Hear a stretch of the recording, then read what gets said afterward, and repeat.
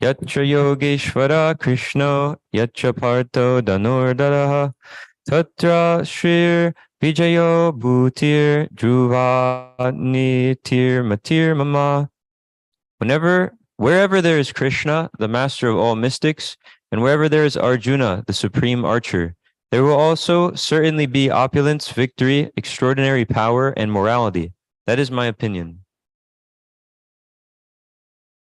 Srimad Bhagavad-gita ki jai. And now back to chapter 1.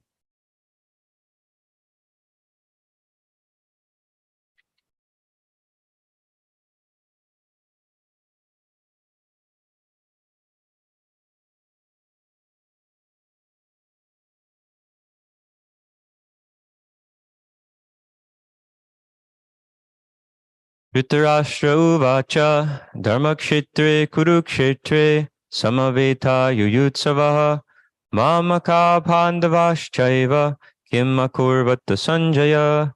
Dhritarashtra said, O Sanjaya, after assembling in the place of pilgrimage at Kurukshetra, what did my sons and the sons of Pandu do, being desirous to fight? Sanjaya uvacha drishtva tu pandavanikam vyudam duryodhanastada acharyam upasangamya raja vachanam abravit. Sanjaya said, O king, after looking over the army gathered by the sons of Pandu, King Duryodhana went to his teacher and began to speak the following words. Pashyaitam Panduputranam Acharya Mahatim Chamum Vyudam Drupada Putrena Tava Shishena Dimata. O my teacher, behold the great army of the sons of Pandu, so expertly arranged by your intelligent disciple, the son of Drupada. Acha Shura Maheshvasa Bhimarjuna Samayudi Yuyudano Viratascha Drupadascha Maharata. Here in this army, there are many heroic bowmen, equal in fighting to Bhima and Arjuna.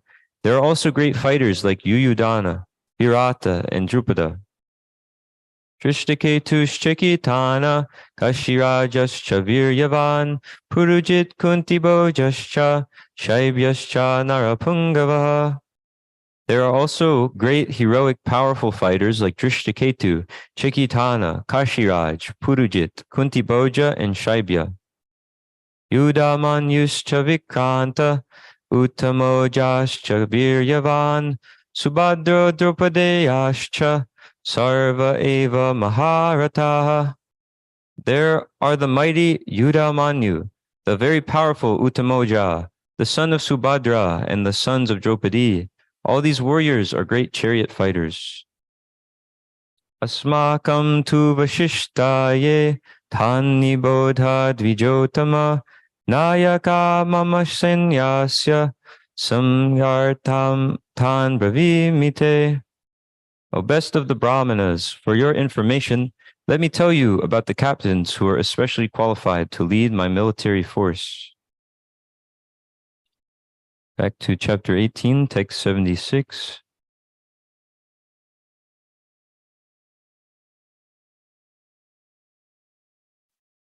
O king, as I repeatedly recall this wondrous and holy dialogue between Krishna and Arjuna, I take pleasure being thrilled at every moment. Report by His Divine Grace, A.C. Bhaktivedanta Swami Srila Prabhupada Ki Jai. The understanding of the Bhagavad-gita is so transcendental that anyone who becomes conversant with the topics of Arjuna and Krishna becomes righteous, and he cannot forget such talks. This is the transcendental position of spiritual life. In other words, one who hears the Gita from the right source, directly from Krishna, attains full Krishna consciousness. The result of Krishna consciousness is that one becomes increasingly enlightened, and he enjoys life with a thrill, not only for some time, but at every moment. Maharaj, we always benefit very much from hearing you speak on the Bhagavad Gita. Would you like to speak on this first? So an important point that is being mentioned here is hearing the Bhagavad Gita from the right source. So that's why Srila Prabhupada gives the Bhagavad-gita as it is. Before Srila Prabhupada came to America, there were many versions of the Bhagavad-gita, something like 500, but no one became a devotee from reading any of those Bhagavad-gitas. But the specific qualification of this Bhagavad-gita is that he is explaining it as it is, as Krishna says it. He's not adding or subtracting anything. And therefore, when people hear it, it has an effect. We see not just one devotee is made, not just two, but so many devotees all over the world, so many temples. The Hare Krishna became a household word or name in many places. So this is because Srila Prabhupada is speaking the Bhagavad Gita as it has been passed down through the chain of disciplic succession. The example is given if there's a fruit in a tree and it must be tasted, then it has to be passed down very carefully. If it's dropped from the top of the tree, it will smash on the ground. So like this Bhagavad Gita has been passed down from person to person, originally spoken by Krishna, the Supreme Personality of Godhead. And you can see the whole disciplic succession, the main acharyas in the disciplic succession on page 33, starting from, so Krishna, the Supreme Personality of Godhead, no one is above him, the source of all knowledge, full in all opulences. And so he's speaking the knowledge of himself, first to Brahma, the first created living being, and then Brahma is speaking to Narada. And like this, it goes down. And Srila Prabhupada is giving the same message. So therefore, it has an effect. But if one adds something to it, or tries to subtract something, or give something totally different, then we see it loses its potency. So that's why it's very important that we first understand by hearing. So that's one of the first processes of devotional service. And by actually hearing properly and from the proper source, then one becomes enlivened to preach or to chant properly.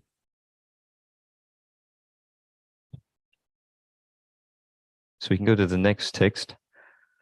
O King, when I remember the wonderful form of Lord Krishna, I am struck with even greater wonder, and I rejoice again and again. Purport. It appears that Sanjaya also, by the grace of Vyasa, could see the universal form of Krishna exhibited to Arjuna. It is, of course, said that Lord Krishna never exhibited such a form before. It was exhibited to Arjuna only, yet some great devotees could also see the universal form of Krishna when it was shown to Arjuna, and Vyasa was one of them. He is one of the great devotees of the Lord, and he is considered to be a powerful incarnation of Krishna. Vyasa disclosed this to his disciple Sanjaya, who remembered that wonderful form of Krishna exhibited to Arjuna and enjoyed it repeatedly. So that's the nature of something spiritual. It can be enjoyed repeatedly. If does anyone have a favorite song? It's very good. But if anyone had some song that they liked before coming to Krishna consciousness, they would play it all the time, their topmost favorite song. If somebody locked them in a room and said, I'll supply you your water, your food, and everything, but this song is going to be playing all of the time for 30 days, they wouldn't make it very long. I was hearing some bhaktas new bhaktas had joined the bhakta program in Atlanta, and someone was giving this example.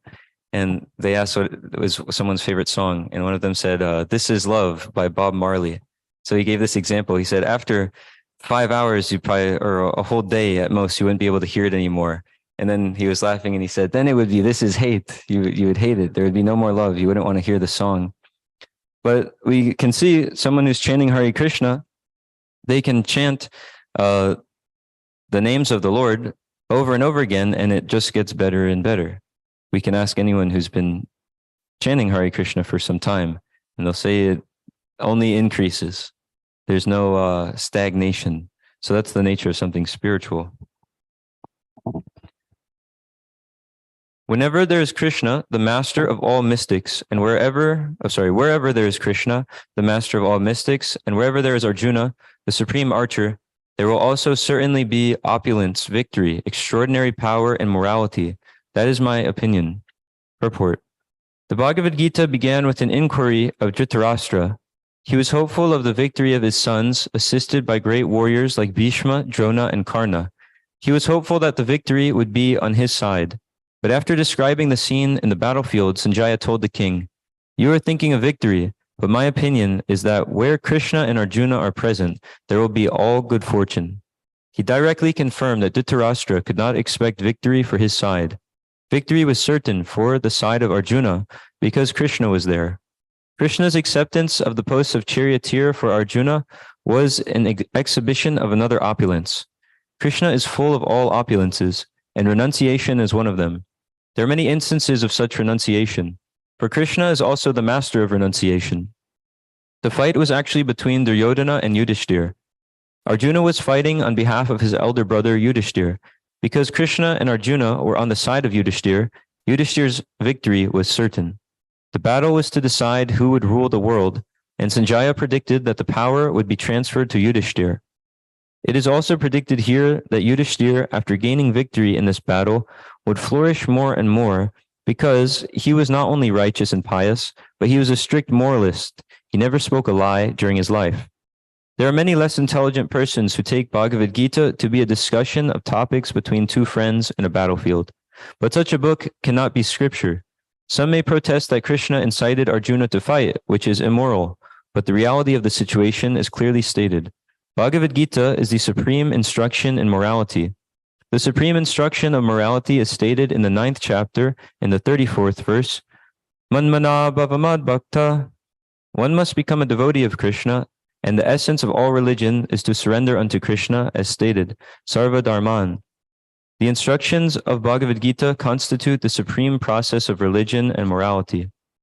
All other processes may be purifying and may lead to this process, but the last instruction of the Bhagavad-gita is the last word in all morality and religion, surrender unto Krishna. This is the verdict of the 18th chapter. From Bhagavad-gita, we can understand that to realize oneself by philosophical speculation and by meditation is one process, but to fully surrender unto Krishna is the highest perfection. This is the essence of the teachings of Bhagavad-gita. The path of regulative principles, according to the orders of social life and according to the different courses of religion, may be a confidential path of knowledge, in as far as the rituals of religion are confidential, but one is still involved with meditation and cultivation of knowledge. Surrender unto Krishna in devotional service in full Krishna consciousness is the most confidential instruction and is the essence of the 18th chapter. Another feature of the Bhagavad-gita is that the actual truth is the Supreme Personality of Godhead, Krishna. Absolute truth is realized in three features: impersonal Brahman, localized Paramatma, and the Supreme Personality of Godhead, Krishna. Perfect knowledge of the absolute truth means perfect knowledge of Krishna. If one understands Krishna, then all the departments of knowledge are part and parcel of that understanding. Krishna is transcendental, for he is always situated in his eternal internal potency.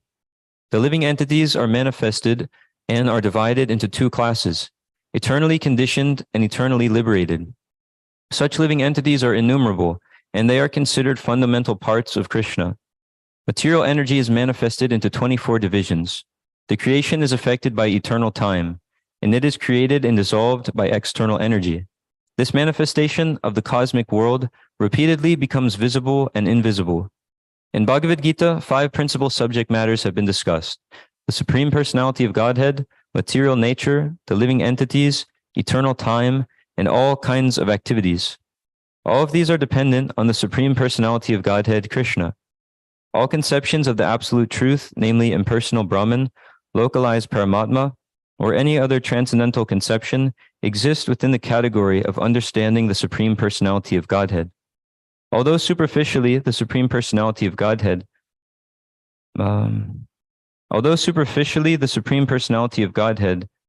the living entity, Although superficially the Supreme Personality of Godhead, the living entity, material nature, and time appear to be different, nothing is different from the Supreme. But the Supreme is always different from everything. Lord Chaitanya's philosophy is that of inconceivably one and different. This system of philosophy constitutes perfect knowledge of the absolute truth. The living entity in his original position is pure spirit. He is just like an atomic particle of the Supreme Spirit. The conditioned living entity, however, is the marginal energy of the Lord. He tends to be in contact with both the material energy and the spiritual energy. In other words, the living entity is situated between the two energies of the Lord. And because he belongs to the superior energy of the Lord, he has a particle of independence. By proper use of that independence, he comes under the direct order of Krishna. Thus, he attains his normal condition in the pleasure-giving potency. So wherever there's Krishna and Arjuna, there's victory. So this is a good point, that it would be best to be on the side of Krishna, meaning that we understand how Krishna is seeing the world through the Bhagavad-gita, and then we voluntarily decide to see in that way also and act in that way. I might have so many of my own opinions and my own thoughts and speculations, but if I set those aside and instead take up Krishna's opinions and ideas, then that's perfect, because he's the supreme personality of Godhead. That means no one has any knowledge superior to him. No one can be above him in any way. So there's one purport in Bhagavad-gita chapter 6, text 37, where Srila Prabhupada was explaining, one may sincerely accept the path of self-realization, but the process of cultivation of knowledge and the practice of the eightfold yoga system are generally very difficult for this age. Therefore, despite constant endeavor, one may fail for many reasons. I was pointing this one out because in this verse, we're seeing that wherever there's Krishna, there's victory. But then we're hearing one may fail in the path of self-realization for many reasons. So why is that? In the purport, Prabhupada says, first of all, one may not be sufficiently serious about following the process. To pursue the transcendental path is more or less to declare war on the illusory energy. So in order for there to be all victory, for one to achieve the perfection of life, pure devotional service unto Krishna, then one actually has to follow the process seriously. And that's a helpful reminder in that purport, because we may think, okay, I'm following this, but something doesn't seem to be working. Or in my personal experience, I might think, okay, I'm doing this, but I'm still a big rascal. What's going on? We see that one actually has to follow it seriously. So that means without any mental speculation or added idea, but actually taking it as it is. And Krishna makes things very clear in the Bhagavad-gita.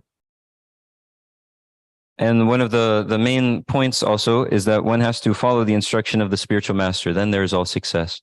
There's a purport where Prabhupada explains that that's the secret of success, is to follow the order of the spiritual master.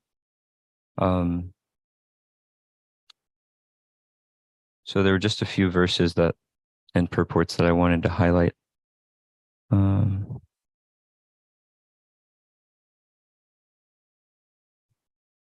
the Chaitanya Charitamrita Adi Lila, chapter 12, text 10, Srila Prabhupada, the verse is explaining that the order of the spiritual master is the active principle of spiritual life.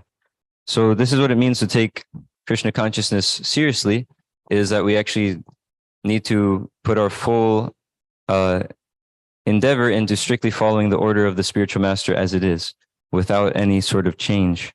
In this verse, it's explained that the order of the spiritual master is the active principle in spiritual life. Anyone who disobeys the order of the spiritual master immediately becomes useless.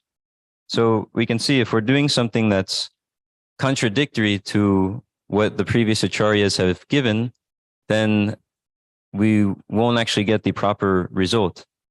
But if we actually stick to what is given in the Bhagavad-gita and by our previous acharyas and try to actually fulfill the desire of our spiritual master, then all victory is certain, as we're seeing here in this verse. If we actually stick with Krishna's side, then there's no problem. So everything is explained perfectly.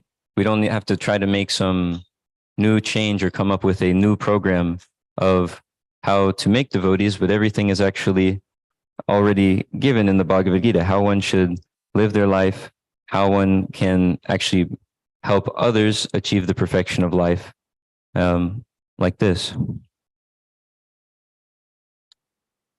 And in the purport to this verse from the Chaitanya Charitamrita, Srila Prabhupada explains, here is the opinion of Srila Krishnadas Kaviraj Goswami. Persons who strictly follow the orders of the spiritual master are useful in executing the will of the Supreme, whereas persons who deviate from the strict order of the spiritual master are useless. So we see before we speak on the Bhagavad-gita, we're chanting that prayer, Om Jnana Tamarandasya Jnananjana Shalakaya Chakshurun Militam Yena Tasmai Shri Guruve Namaha. So we can understand that before coming in contact with the bona fide representative of Krishna, I was in complete darkness. Darkness means you don't know what is what. If the light is turned off and it's the middle of the night, you might trip on so many things, hurt yourself, hurt others. It's a whole mess. But by the mercy of the spiritual master, one actually can see. It's described that the spiritual master has the torchlight of knowledge. So that means we actually have to endeavor to seriously follow the orders of the spiritual master and see the world in the way that the spiritual master is describing it, in the way that Krishna is describing it in the Bhagavad-gita, not with some other idea. Because if we were in darkness before, meaning we can't see, we can't walk around, then how is it possible that we'll make any sort of progress moving away from the person who's giving us the torchlight of knowledge? We're singing every morning in the Guru Puja, we're singing Chakshudan Diloje Janme Janme Prabhu Se. He opened my darkened eyes and fills my heart with transcendental knowledge. So if Krishna himself in the Bhagavad Gita is opening our darkened eyes, or Srila Prabhupada as his representative, and the representatives of Srila Prabhupada are opening our darkened eyes, then to think, no, actually I'll be okay, and close them, how would one make any progress? So the process is very clear that we have to strictly and carefully engage in chanting the holy name of the Lord, 16 rounds every day, following the 4 regulative principles, and not only just keeping the process to ourselves, but sharing it with others. Like we heard maybe 2 or 3 weeks ago, Maharaj was explaining a really perfect instruction. It's so succinct, it's so easy to remember, and everything is in it. Especially for us who are here in America, in Kansas City. He was explaining that if one wants to be in America, they either have to do a lot of preaching or make a lot of money. Otherwise, you'll easily just be pulled along with whatever trend that now I'm speaking. That first part was the quote. That one either has to do a lot of preaching or make a lot of money if they're going to live in America. Otherwise, it may be better to be in India. Because we can see that the material nature is very strong here. The culture is completely backwards. It's the middle of Kali Yuga, where religion is seen as irreligion, falsity is seen as truth. Everything is backwards. So if one wants to be in America, then just like Srila Prabhupada was explaining in that purport, if one wants to actually take to the process of Krishna consciousness, then it's more or less declaring an illusory, a war on the illusory energy of Maya. So one has to actually fight very strongly, which means they have to preach. And Srila Prabhupada said that the best preaching is this book distribution.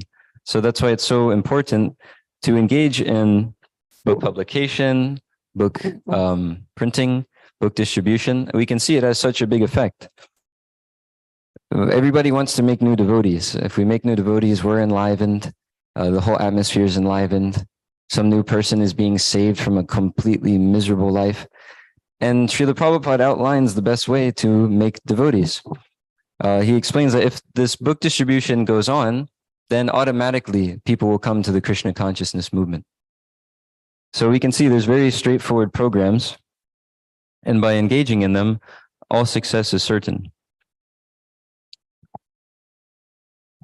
I heard that one devotee was giving a nice class where he was explaining, I've seen so much, I can see that the most productive thing I can do in my life is to distribute Srila Prabhupada's books.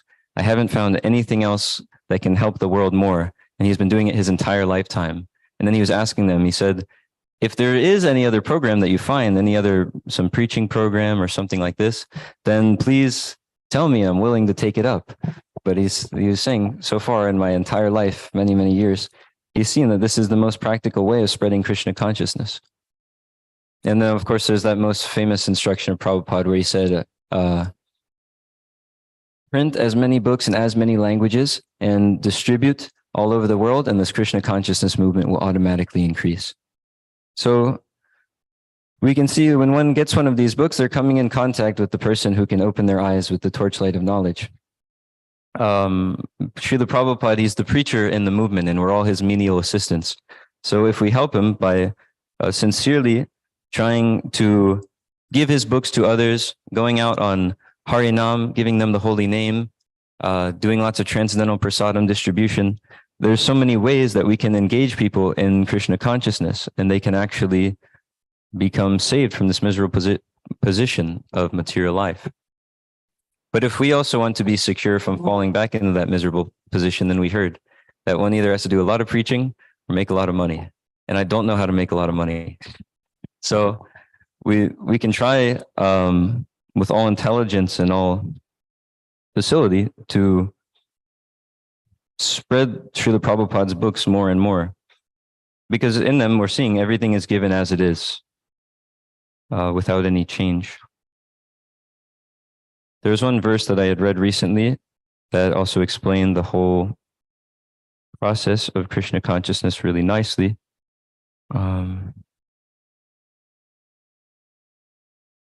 This is in Srimad Bhagavatam, Canto 2, Chapter 9, Text 42. Here's the verse. This is, I believe, Brahma speaking to Narada Muni.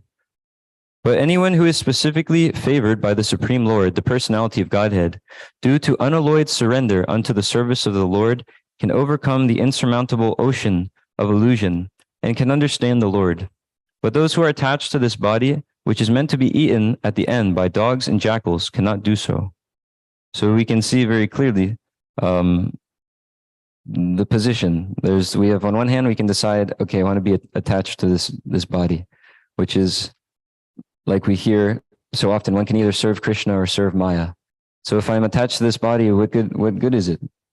At the end, it can be eaten by dogs and jackals, or turned to ashes, or stool, or whatever, all sorts of nasty things. And it's already nasty to begin with while we're using it. There's different sorts of worms in your stomach. They even advertised you should put more bacteria in your stomach. This is how your body is nicely made of nice bacteria and all sorts of gross things.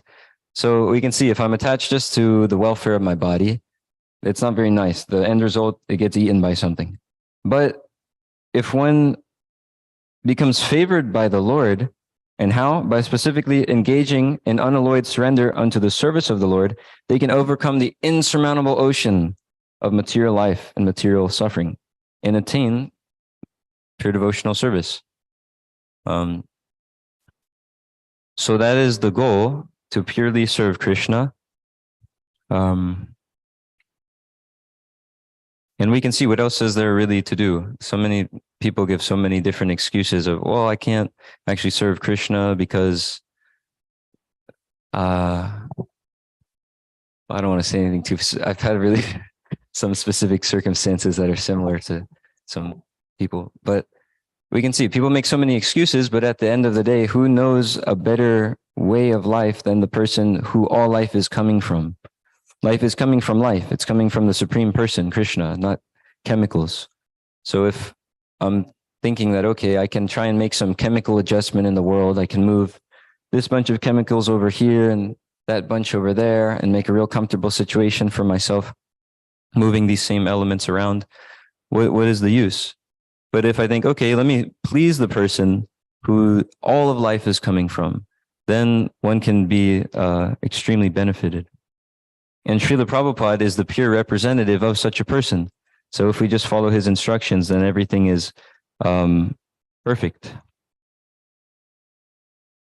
So are there any comments or questions? Yes, Jagannath Prabhu?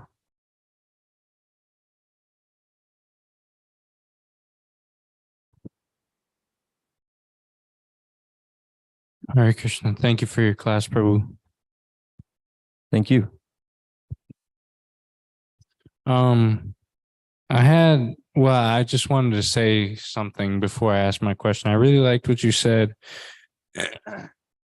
about how if one wants to be in America, you have to either preach constantly or constantly make money. That was Maharaj. She said, preach a lot or make a lot of money. Yeah.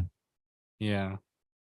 I didn't realize that, but it makes His Holiness Dhanavir Goswami. Otherwise, you'll just get pulled along in the current, whatever trend Maya's throwing at our society here. Yeah. Yeah, it makes sense. But my question is, so why does philosophy become diluted if we don't keep it as it is? Become what? Diluted. Well, that is also the nature of time. We can see as time goes on, people tend to forget things. Like there's the one verse where Krishna is explaining, I spoke this transcendental knowledge to the sun god. And later on, we hear that over time, this transcendental science was lost. So that is the nature of everything in this material world, is that over time, people's memories become more dulled. Everything withers away in the world. So similarly, even though the message is transcendental, over time, people can forget it, or if they make some sort of change, then the actual thing as it is isn't still there. You were asking, why is it that the philosophy becomes diluted if it's changed? Well, we see like with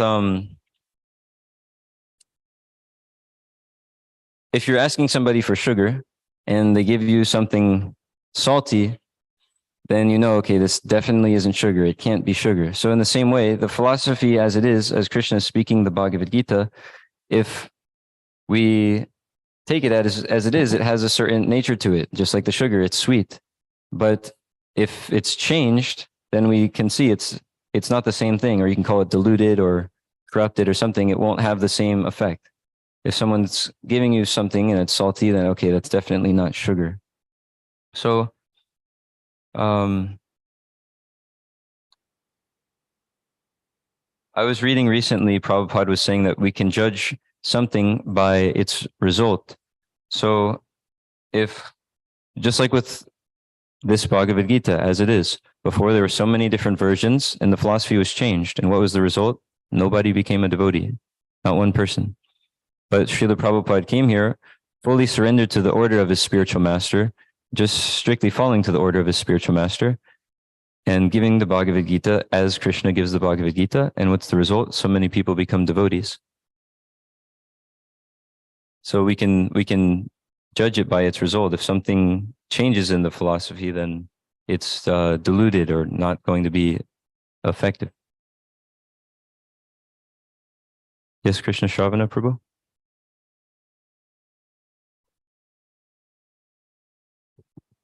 Srila Prabhupada gives the example that cure is very nice, but if you add a few grains of sand to the cure, it's no longer palatable. And also, distributing Prabhupada's books is first-class preaching because it's spreading Krishna consciousness, and at the same time, you're making money, you're making a profit. And Prabhupada stipulated that the profit of selling Prabhupada's books, 50% should be used for publishing more books, and the other 50% should be for Krishna's temples. So none of the profit should be for sense gratification. It's very important. And Prabhupada himself, Prabhupada could have been a billionaire if you're selling so many books, but he didn't keep one penny for himself. He's so renounced. So we should follow Prabhupada's example. Thank you. Thank you, Prabhu. I was hearing just today in a lecture, Prabhupada was saying, when there's so many bogus leaders in the world, then people naturally will not want to serve them, especially not selflessly. But he gave the example that you can see we're making so much money from these books and I'm not using a cent of it. And therefore, everyone is so enthusiastic to follow and distribute them. So, like this, one of the most important points is that we understand the philosophy ourselves and become exemplary. And like in the Bhagavad-gita, Krishna explains that whatever exemplary acts a great man displays, the rest of the world pursues. So I might say so many things about we got to keep it as it is. This is how it works. Prabhupada gave the Bhagavad-gita as it is, and then so many devotees are made. But unless I myself, with intelligence, decide, okay, I'm actually going to follow this process as Krishna is giving it, as the sadhus are speaking it, and as the spiritual master is presenting it, then if I don't consciously make that intelligent effort to follow in that way, then what's the use? I won't get the result. And I can't help anybody else either. Like we saw in that verse, I'll be useless. But if we make this conscious effort with our intelligence to see, what does Krishna say? What does my spiritual master say? How can I actually make that the goal of my life? How can I make that my heart and soul? Then we can actually make a real difference. We can save people from so much suffering, because this is the knowledge that actually saves people from suffering. People are only suffering because of forgetfulness of Krishna. Srila Bhaktisiddhanta used to say that the only lacking in the world is a forgetfulness of Krishna. So if we want to give Krishna to others, then we first have to understand Krishna as he is. And our spiritual master is giving that to us. The sadhus are also helping us understand that. And specifically, Shastra is giving the entire basis. These books are the basis. So we can understand them and share them with others. And like this, the whole world will have such a change. It can become like Vaikuntha. I remember one devotee would often explain that at every moment I should be thinking, is this activity that I'm doing pleasing to my spiritual master? Is what I'm thinking, what I'm doing, how I'm eating, how I'm sleeping, how I'm acting, any moment, is this, I should be doing this in a way that is pleasing to my spiritual master.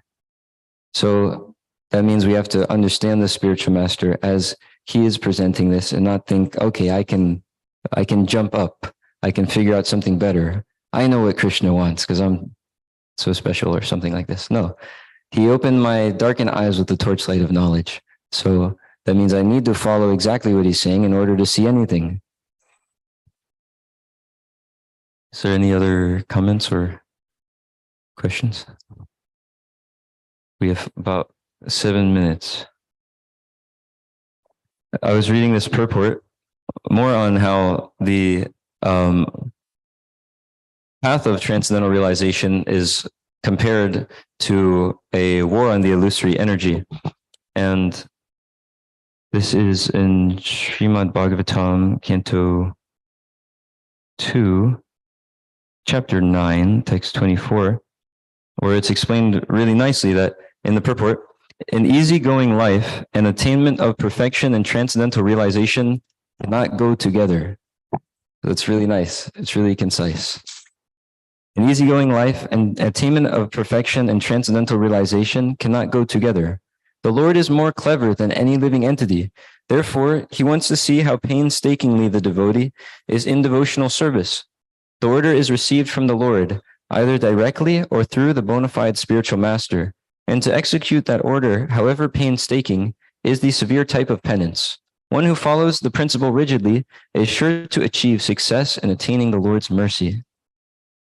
So it's not an easygoing life. The spiritual master, or Krishna, also in the Bhagavad-gita, the spiritual master is the transparent via medium of Krishna. So what they're saying is non-different.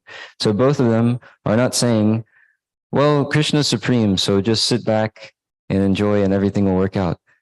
As we just heard, they're not presenting just have an easygoing life, but they're presenting that if we painstakingly try to serve Krishna, work now, samadhi later, then we can achieve the full mercy of the Lord. That's what Krishna wants to see. How hard are we actually trying to serve him? Are we giving everything or are we holding something back? Are we saying, okay, I'll give 10% to Krishna and 90% to me, or 50% to Krishna, 50% to me? Krishna is speaking the whole Bhagavad-gita to show how one can get to the platform of pure devotional service, 108% for Krishna. And then that is the perfection of life, because we're naturally a servant of Krishna. But if we want to be a part-time servant of Krishna, then that means we're going to be a part-time servant of Maya and have to run around uselessly just to satisfy these senses. The bad masters, they keep saying, work here, do this, engage in this activity, but they never say, here, have a vacation, or here's a raise. No, they just keep. But if one serves Krishna, then the reciprocation is ever increasing. In one of the purports, Prabhupada writes that Hrishikesh means that the devotee wants to serve Krishna and Krishna wants to serve the devotee.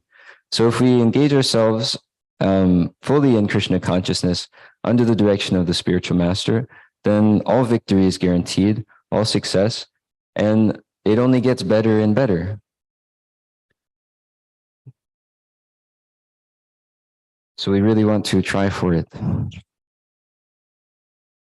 Anything? Yes, Jagannath Prabhu? I really like that point that you just made about taking it easy in Krishna consciousness. I've been reading in Srimad Bhagavatam the story of King Puranjana and how he had enjoyed his senses his whole life, and then at the end he thought of his wife and became a woman. And one of the purports in that whole story, there was a few of them actually. Prabhupada was saying that, talking about taking prasadam. So if one takes too much prasadam, like enjoying the prasadam too much, one becomes fat. And when one becomes fat, then they sleep too much. And then when they sleep too much, they dream a lot. They don't get a lot of sleep. So that connects with what you were saying about how we can't take it easy in Krishna. Even prasadam is really, it should be monitored very carefully, very closely. Because if we don't, then Prabhupada said we fall down. Literally, if we take too much prasad, we can fall down. So it's really important that we keep ourselves always cautious, always alert with enjoyment, especially with prasadam or sleeping, because who knows if it could make us leave Krishna consciousness. We don't want to do that. So, yeah, the ultimate goal is to go back home, back to Godhead. But yeah, we can't do that if we continue indulging in our old bad habits. There's a lot of nice purports where Srila Prabhupada speaks about taking prasadam. And so one, on the lines of what you were explaining, he explains how if one thinks, okay, I just want to take more of this just because just for the nice taste. He says, then it becomes materialistic. I just want more and more for the nice taste. And then it can be a problem. But the good thing is, he also said, when one first comes to Krishna consciousness, they should take up to the neck, which is essential because we're used to this weird society where there's nonstop stimulation of every sense. You don't know what's going on. You don't even know what you're eating. So it's better fill up to the neck with Krishna prasadam. And in this way, the tongue becomes controlled. The senses become controlled. But before Krishna consciousness, the tongue is dragging us everywhere. It's the most voracious of the senses, saying, eat this, eat that. And none of the things were even foods. It's like dead carcasses in restaurants. But for some of us, or many of us. But then when one comes to Krishna consciousness, for the first time, maybe they come to a temple, the tongue still is demanding so much. So then the way that they purify this first and most formidable sense is they just direct it to Krishna prasadam, only that which has been enjoyed by Krishna. And then they can enjoy it also because Krishna has enjoyed it. So now they can enjoy this nice prasadam, take it as his mercy, and then also controlling the tongue by chanting his holy name. But like you were saying, in the Nectar of Instruction, many of the regulative principles are described for one who wants to achieve pure devotional service, which is what we're here for.